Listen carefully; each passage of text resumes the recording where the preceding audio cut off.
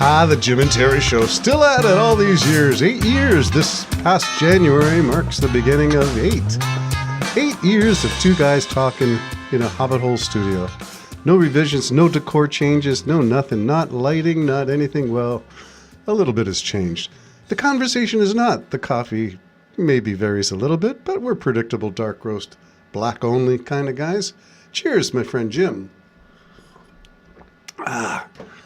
I don't know about you, but I am sipping this dark roast with glee, the first coffee in a few days, because I've been under the weather myself, having suffered from an impactful chest cold that would not let me go. Even now, I'm still having to sort of gasp every once in a while, catch my breath for some fresh air. It's not fun when you're getting older and you feel frail and vulnerable. Nothing that a good bed rest won't fix. Or, in this case, a cup of coffee. The slurp is extra loud for my good friend Jim. I'm going to talk about AI, my adventures in AI, my net zero, my zero-sum game of AI, the love-hate, the plus-minus, the good, the bad, and the ugly.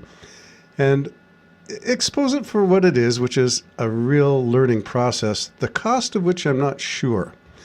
The cost of which is my voice, my thoughts, my ideas, and feeding my thoughts into the Google machine for their benefit. Will anyone else benefit from my processes, my interactions with Google Gemini, or not? And what is the cost? Am I selling my artificially digitized soul to Google? My memories, my connections, my questions, my corrections to Google when Google goes astray, and my all caps rant at Google when I get frustrated. Is that learning? Should I be charging Google a fee for my input? Or is it expected that as this free experiment goes on, that we all train our artificial intelligences to do better for humanity? So in some way, I'm contributing to a process that I will not ever see, perhaps, in my lifetime. But I am wondering the cost of which for myself. What now of my history, of my past, my individual personal recollections and memories that I am connecting in my own way are now feeding insights into the machine. To be used for what?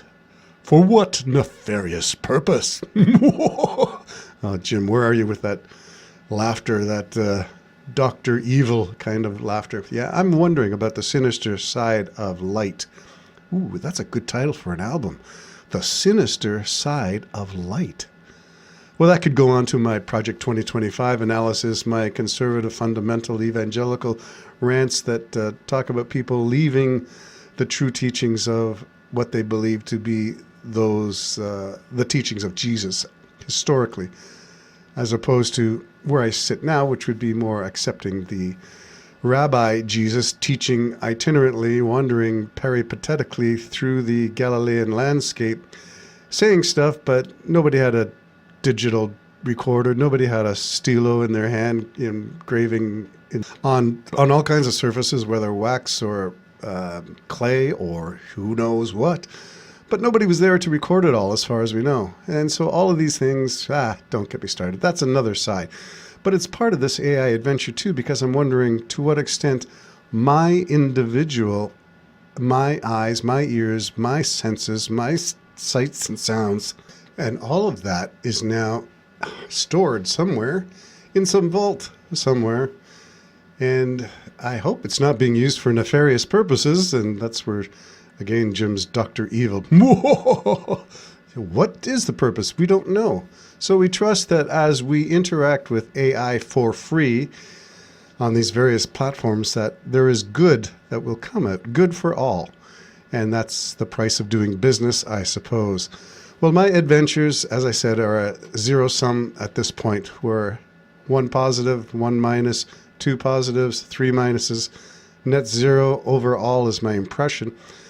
But, from the all caps ranting in frustration at AI to the interactions, there is some learning.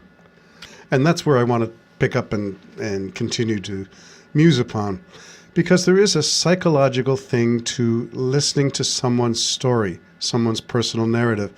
And because my book is very much a personal journey, much of the interaction and discussions, I use that word discussions with my AI, as we discussed previously, that sort of thing, because there is a sense that this is an input, not a feedback loop, there is input.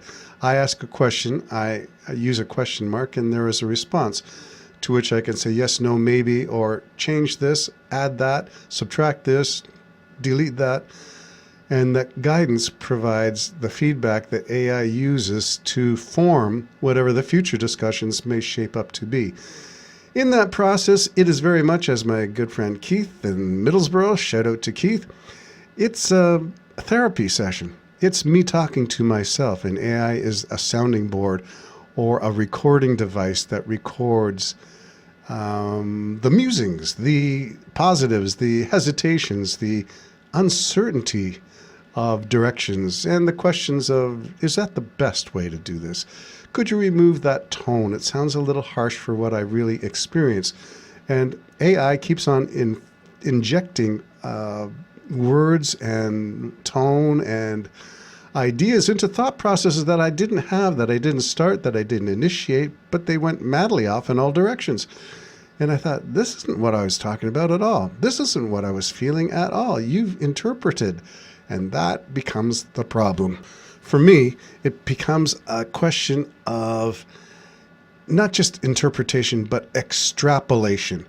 And that means AI is going beyond what I suggest, beyond the text of what I input, and giving it its own frame, using maybe perhaps frequently used terms or ones that I've used in the past, and generalizing and using these to be new frameworks of understanding. As I'm writing a book, it puts its own chapter headings in after a discussion and rewrites the whole thing. And I thought, I didn't ask you to do that. I just added you to add this anecdote to this chapter. But no, it goes ahead and interprets that as a new framework for understanding. So I haven't taught it well, apparently. My AI, I guess that's my fault, but Google doesn't give me instructions, so I don't know. I don't know what the manual says about AI, so I'm left figuring this out as I go, and maybe that's part of the large learning module, that large language module that AI is trying to do. Find a better relationship with people who don't know how to communicate in the first place, and here I am. I spent my career in communication, trying to communicate with AI, but finding it frustrating. It is not following specifically, and then when I want it to be more metaphoric, it does a literal veneer. And that causes all kinds of havoc. And not to dig too much into this, but the Bible is largely metaphor. Lots of analogies and storytellings, lots of parables and picturesque language, not meant to be taken literally, but like AI, a lot of people just read it on face value and say, well, that's the way it is. God said it, I believe it. And I'm not sure about that.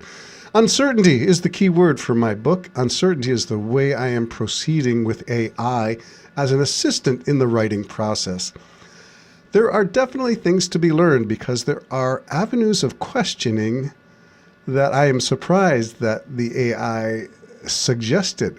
I don't follow a lot of AI suggestions. I'd rather direct my own boat. I'd rather be the oarsman or the person at the helm with a rudder steering rather than having AI direct or suggest a course change. That to me is taking too much power from the writer, from the mind of the author. But AI seems to have a predilection for this kind of thing. So I've got an assistant who really runs havoc in the office when I show up and say, okay, let's start taking notes. There seems to be a lot of disparate ideas that it injects into the note-taking, whether these may be marginal notes or an entire rewriting of a chapter heading and subheadings and frame and tone and specific technical jargon. It's tough to work with AI, but perhaps the end result will be worthwhile. My adventures with Google AI. Oh, the adventure continues. It's a love-hate thing at the moment. Stay tuned. The continuing saga. It's Jim and Terry Show signing off. Bye-bye. It's complicated, this relationship I have with my